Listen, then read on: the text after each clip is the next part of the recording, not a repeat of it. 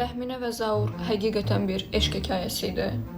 Yoxsa onlar öz içlərindəki qadın və kişi obrazlarını axtarırdılar bir-birlərində. Bugün sizə anima və animusdan danışmaq istəyirəm. Bu, Carl Gustav Jung'un çıxartdığı bir nəzəriyyədir. Onun əsas motivasiyası əslində insanın individuallaşma, yəni özünə məxsus olmaq ilə əlaqəlidir.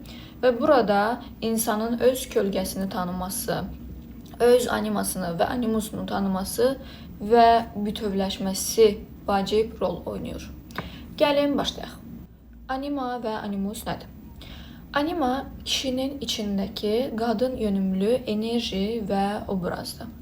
Bu, kişinin duyğularını ifadə etməyini, təbiətlə əlaqəsini, intuisiya qabiliyyətini və qeyri-məntiqi dünyadakı bacarıqlarını göstərən bir feminen enerjidir, belə deyim. Yəni, kişinin içindəki qadın deyə bilmərəm, amma qadını təmsil edən arxetip deyə bilərəm. Əgər bir kişi öz içindəki animası ilə yaxşı bir əlaqədədirsə, yaxşı bir münasibətdədirsə, o rahatlıqla öz emosiyalarını deyə bilir, ifadə edə bilir. İntuisiyası güclüdür. O 6-cı hissiyləri, bax, onunla yaxşı əlaqədədir. Rahatdır emosional olaraq və hər şeyi məntiqi çərçivədən görmür. Bəzən öz qəlbinin səsinə də qulaq asa bilir. Bu kişilər eyni zamanda emosional olaraq çox intellektual, çox yaradıcı və intuitiv kişilər olur. Bəs animus nədir? Animus da qadının içindəki kişi yönlü obraz və enerjidir. Bu da qadının məntiqi düşünmə bacarığını, fikirlərini açıq şəkildə ifadə etmə bacarığını, hərəkətə keçmə bacarığını ifadə edən tərəfidir. Animusu ilə əlaqədə olan bir qadın öz fikirlərində daha sabit, daha məntiqi və özünə daha inamlı bir insan halına çevrilir. Bu arxetiplər isə uşaq yaşlardan bizə ailəmizdən, xüsusilə valideynlərdən və cəmiyyətdən gələrək formalaşır. Yəni, onlar bunu formalaşdırır. Xüsusilə valideynlərimiz. Kişilərdə daha çox ana, qadınlarda isə ata böyük rol oynayır. Bu, daddy issues, mommy issues temaları var. Bax, onlar əslində sənin özünə yox, içindəki animana və animusuna təsir eləyir. Gəlin bunu dərindən incələyək. Jung deyir ki, insanın individuallaşmağı, bütövləşməyi üçün onun ilk mərhələdə öz kölgəsini, yəni inkar etdiyi, qəbul etmədiyi tərəflərini dərk etməsi və anima və animusunu dərk etməsi vacibdir. Kişi və qadın öz anima və animusunu dərk edəndə bu yalnız onların romantik münasibətlərinə yox, öz şəxsi inkişafına da kömək edir. Bir kişi və qadın öz içindəki animus və animanı yaxşı dərk eləyirsə, o öz psixi vəziyyətini də yaxşı dərk eləyir. Və beləliklə digər insanlara qarşı da siz daha həssas yanaşırsınız. Qarşıdakının da hisslərini, psixasını başa düşürsünüz. Gəlin animanın 4 mərhələsindən danışaq. Jung bunu 4 tip arxetipə ayırıb. Bunlardan birincisi Həvva arxetipidir. Kişinin qadına yalnız instinkti və seksual baxışıdır. Yəni, onu yalnız ana obrazı kimi və fiziki şəhvət oyandıran bir obraz kimi görür qadını bu kişi. 2. Helena. Faustun Heleni də ola bilər, Helena of Troy da ola bilər. Kişi burada qadını artıq sevilməyə layiq, romantik bir münasibəti ola biləcək bir obraz kimi görməyə başlayır. Onu gözündə ideallaşdırır. Məsələn, sevdiyiniz aktrisalar, nə bilim, tanınmış şəxsiyyətlər bu ikinci mərhələyə uya bilər. 3. Məryəm arxetipi. Məryəm ana. Kişi qadını artıq ruhani bir bələdçi, artıq saf, təmiz bir obraz kimi görməyə başlayır burada. 4 isə Sofya, müdrik qadın. Qadın müdriklik və daxili təfəkkürün təcəssümüdür artıq burada. Kişi öz içindəki anima ilə harmoniya içində yaşayır və onu qəbul edir, xoşbəxt və bütövləşmiş bir şəkildə yaşayır. 4 ən axırıncı və ən yüksək səviyyədir. Bəs qadın psixikasındakı kişi arxetipləri nələrdir? Jung bunu da 4 yerə ayırıb. Birinci mərhələ Tarzandır. Yəni əzələli kişi. Qadın psixikasında kişi yalnız bədən və fiziki gücünə görə tanınır, ona görə qiymətləndirilir. 2. Fikir adamı. Buna eyni zamanda professor da deyirlər. Professor daha çox qadını intellekti ilə, danışma qabiliyyəti ilə ələ alan kişidir. Qadın bu kişini yaxşı danışan, məntiqi danışan, necə deyim, cazibədar, intellekti ilə cazibə eləyən bir kişi kimi görür. Çox vaxt eşidirsiniz qızlardan ki, mən psixoseksualam, mən yalnız kişini beyninə görə sevirəm. Bu ikinci mərhələdir. Kişini yalnız onun danışığına və onun, necə deyim, söhbət aparma gücünə görə sevirsənsə, sən ikinci mərhələdəsən. Üçüncü mərhələmiz rəhbər və ya müəllim olur. Burada qadın kişini artıq yol göstərən, yön göstərən, kontrol eləyə bilən, dəyişdirə bilən bir kişi olaraq görür. Yəni, bu kişi təlimatlandırır, yeni fikirlər oyadır qadında. Onun arxasında dayanır, onu sahiblənir, ona yeni bir yol göstərir. Qadın, yəni kişidə yalnız bu xüsusiyyətləri qiymətləndirir. 4 isə kişidəki kimi ruhani bələdçidir. Burada qadın artıq yenə öz daxili animusu ilə harmoniya içində yaşayır. Onu ruhani bələdçi olaraq seçir. Videonun əvvəlində təxminə və zaurdan danışdım ki, həqiqətən bir eşq hekayəsidir. İndi verdiyim bu informasiyalara dayanaraq sizcə təxminənin gözündə zaur hansı leveldaydı, hansı səviyyədəydi? Təxminənin gözündə zaur ilk öncə 2-ci səviyyədəydi. Yəni professor. Yaxşı danışan, yaxşı söhbət apardığı, məntiqi güclü olan kişi obrazı. Ona hörmət eləyir, onunla gözəl bir söhbət apara bilir, onun danışığı onun xoşuna gəlir. Amma kitabın irəliləyən zamanlarında bu düşür 1-ci səviyyəyə. O, zaurun zəifliklərini görür, cəmiyyətin qarşısında öz istəkləri üçün vuruşa bilmədiyini görür və onu Tarzana salır. Yəni, sadəcə əzələli kişi, sadəcə fiziki gücü ilə qiymətləndirilə bilən kişi obrazı halına salır. Və ən pisi, ən axırda gəlir, onun animusu tamamilə dağılır. Təxminənin animusu dağılır, kölgə animusa çevrilir. Mənim üçün anima və animus içimizdəki qarşı cinsin səsidir. Və bu anima və animus dağılanda içindəki səs də sənə xoş şeylərdən çox pis şeylər deyir. Təxminənin animusu dağıldığına görə o ona güc verməkdənsə zəiflik verməyə başladı. Yəni, zaurun zəifliyi artıq onun içindəki animusa çevrildi. Bəs zaur təxminəni necə görürdü? Zaur üçün təxminə 2-ci level qadını idi, Helen.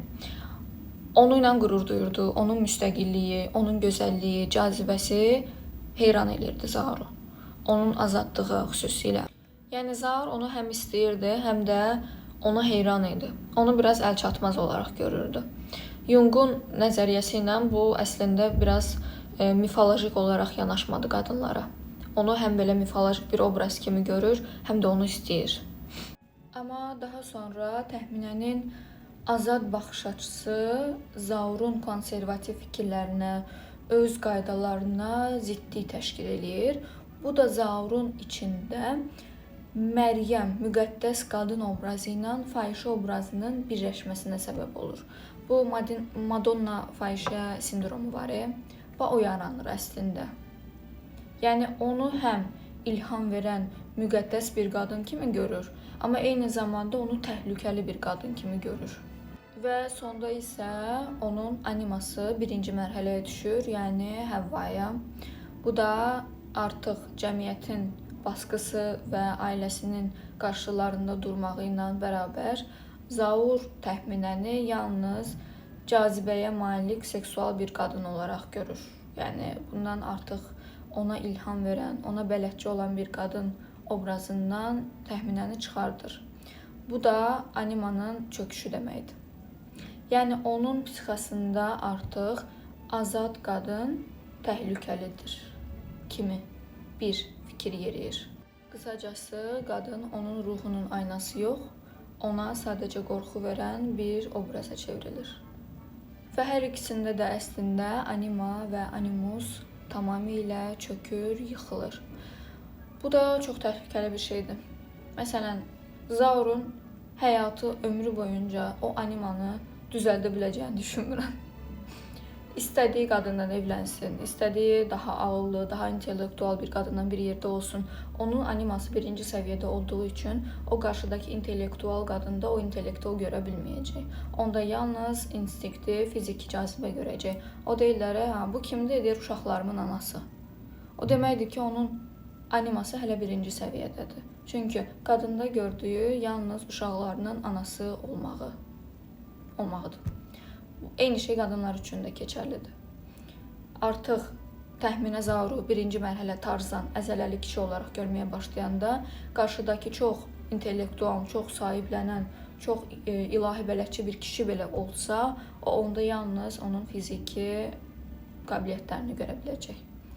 Yəni qarşıda gördüyümüz xüsusiyyətlər, gözümüzə çarpan o özəlliklər var və onlar sənin öz içindəki anima və animusun xüsusiyyətləridir. Sən qarşıdakı qarşı cinsdə əsasən nəyə fikir verirsənsə, sənin animanda da o var. Sənin səviyyən də elə odur. Ona görə biz ilk mərhələdə öz içimizdəki qarşı cinsin obrazını tapmalı və tanımalıyıq. Onu qəbul etməliyik, onu sevməliyik, onu anlamalıyıq ki, bütövləşək. Onunla evlənməliyik. Mənim üçün həqiqi evlilik budur.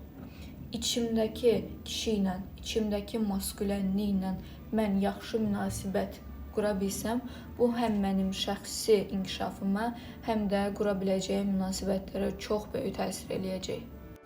Çox vaxt fikir vermişəm, məsələn, çox belə yekəpər, maskülən görünümlü, belə necə deyim, əzələli, da necə deyim, maço kişilərin yanında həmişə belə 1.50, çıtı-pıtı, belə şirin qızlar olur.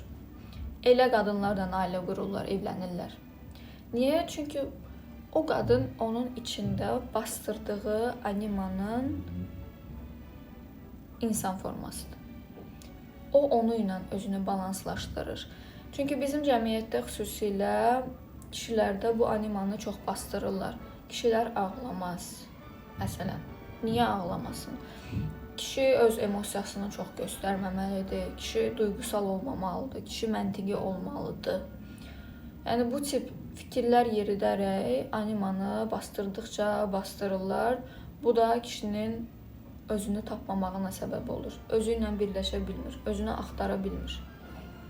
Bu səviyyələr də bu arada inkişaf eləyə bilər vaxtla. Eyni zamanda çöküşə də gedə bilər. Təxminə və Zaurdakı kimi, misaldakı kimi. Məsələn, ola bilər ki, çox gözəl gedən bir münasibətiniz var. Və vaxt keçdikcə siz öz içinizdəki anima ilə, animusla əlaqə qurmağa başlayanda artıq səviyyə artmağa başlayacaq. Məsələn, ikinci mərhələdə bir münasibət yaşayırsınızsa, siz üçüncü mərhələyə keçəndə sevgiliniz ikinci mərhələdə qalıbsa, ondakı zəiflikləri görməyə başlayacaqsınız. Mən onu çox yaxşı danışan, məntiqi bir kişi kimi sevirəm, amma mən üçüncü mərhələdəyim. Artıq mən yol göstərən, sahiblənən, məsuliyyət ala bilən bir kişi axtarıram və siz o kişidəki məsuliyyətsizi görməyə başlayacaqsınız. Yetəri qədər əslində məsuliyyətli deyil. Yetəri qədər sözünün üstündə durmur. Bu sadəcə danışır. Bu xüsusiyyətləri görməyə başlayanda deməli siz üçüncü mərhələyə qalxmısınız. Və gərək qarşıdakı kişi də özünü üçüncü mərhələyə qaldırsın. Məryəm mərhələsinə. Artıq o da məsuliyyət almağa başlayan, öz içindəki anima ilə yaxşı münasibət qura bilən, qadını yalnız, necə deyim, ailə qurmaq üçün, uşaq doğmaq üçün yalnız bir seksual obraz kimi görməməyə başlamalıdır. Başa düşdünüz, axır nə deyirəm. Yəni onu artıq ilahi bir mənbək, onu özünə ruhani bələdçi, bir dost kimi görməyə başlayanda yenə eyni yerdə siz görüşəcəksiniz. Eyni səviyyədə olacaqsınız. Eyni misalı kişi üçün də verə bilərəm. Məsələn, deytə gedirsiniz, bir qadınla oturursunuz, üzbəüz, çox gözəl qızdır, amma danışığı yoxdur. Özünü ifadə eləyə bilmir. heç cür, yəni bir söhbət apara bilmirsiniz. Heç nədən fikri yoxdur, heç bir şeydən başa çıxmır. Artıq siz avtomatik olaraq onu birinci səviyyə qadın kimi görməyə başlayacaqsınız. Yəni Həvva. Və bunun fərqində olmağınızın səbəbi sizin daha yüksək səviyyədə olmağınızdır. Ola bilər ki, 2 və ya 3-cü səviyyədə olduğunuz üçün qarşınızdakı qadının birinci səviyyədə olduğunu o dəqiqə görürsünüz və fərqinə varırsınız. Yəni bu belə irəliləyir. Özümdən misal versəm məsələn, bir il bundan qabaq mən o qədər də fikirlərimi yaxşı izah edə bilən bir insan deyil idim. Çox düşünürdüm, həddindən artıq düşünürdüm, amma sözlə heç birini deyə bilmirdim. Yəni bura qarışır, amma mən onu bəsit bir cümlə halına gətirib deyə bilmirdim. Daha sonra öz animusumdan yaxşı bir münasibət qurmağa başladım. Öz içimdəki maskulənliklə dost olmağa başladım. Onu qəbul etməyə başladım. Öz kişi xüsusiyyətlərimi anlamağa başladım. Məntiqimlə əlaqə qurmağa başladım və gördüm ki, mən istəsəm, öz fikirlərimi çox aydın və səlis bir şəkildə danışa bilirəm, çatdıra bilirəm qarşı tərəfə. Yəni, bu belə olur. Bunun özümə xeyri var. Yəni, bu o demək deyil ki, siz mütləq şəxsi münasibətlərinizdə, romantik münasibətlərdə istifadə edəcəksiniz bunu. Siz bunu öz şəxsi inkişafınız üçün əsasən istifadə etməlisiniz və öz inkar etdiyiniz tərəflərinizi xüsusilə tapmalısınız. Anima və animus sizin kölgə tərəflərinizə sizi aparan körpüdür. İnkar etdiyimiz tərəflər, o deyilləri qarşıdakı insanda nəyi sevmirsənsə, səndə elə düzəltməli olduğun xüsusiyyət odur. Məsələn, tanımadığın bir insan görürsən və düşünürsən ki, çox kibirlidir, çox egoistdir. Deməli, o kibir sənin öz içində də var ki, sən onda birinci onu gördün. Və ya əksinə, çox gözəl bir şey görürsən onun haqqında. Necə gözəl xasiyyəti var, necə incə bir insandır. Deməli, sən də elə bir insansandır ki, sənin gözünə o görsənib. Belə, ümid edirəm videom bir şeylər oyandırıb sizdə. Bununla bağlı daha bir çox şey ağlıma gəlsə çəkəcəm. Bu arada mənim əsasən oxuduğum kitab bu kitabdır. Carl Gustav Jung'un Qırmızı kitabı. Bu çox çətin bir kitabdır əslində. Mən özüm də bunu hələ bir ildə oxuyub qutara bilməmişəm həqiqətən. Amma tövsiyə edirəm, burada daha aydın bir şəkildə hər şeyi başa salır. Bundan əlavə Carl Gustav Jung'dan Arxetiplər kitabını oxumuşdum. Mavi rəngdə bir kitabdır. Tapsam qoyacağım şəklini bura. Ümumiyyətlə mən Carl Gustav Jung'un böyük fanatıyam. Mənim üçün Gustav Jung 4-cü mərhələ kişidir. Yəni ilahi bələdçi. Kəş eyni dövrdə yaşasaydıq, mən onu həqiqətən ürəkdən, qəlbdən çox sevirəm, çox hörmət eləyirəm və psixologiyada düşünürəm ki, ondan daha üst bir insan yoxdur. Bu mənim şəxsi fikrimdir. Mənim üçün Freud da ondan daha aşağıdır. Mənim üçün Adler də ondan daha aşağıdır.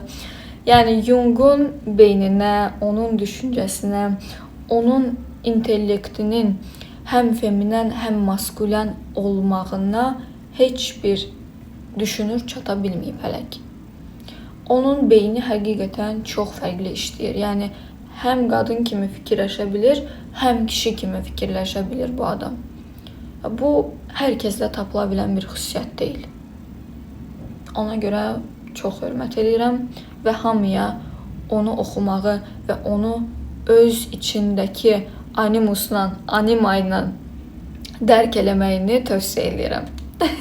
Qadın-kişi psixologiyası ilə əlaqəli əslində mən illərdir çox şey oxuyuram, amma bununla əlaqəli bir videom yoxdur. Çəkməyi düşünürəm, çünki mənim videolarım tamamilə faktlarla əsaslanan videolar olacaq. Çünki bunları mən çox oxumuşam. Belə bir kitab oxumuşdum. 3-4 il bundan qabaq təzəlikcə tapmışam. Sərkan Kara İsmayıloğlu'nun Qadın beyni və Erkek beyni kitabıdır.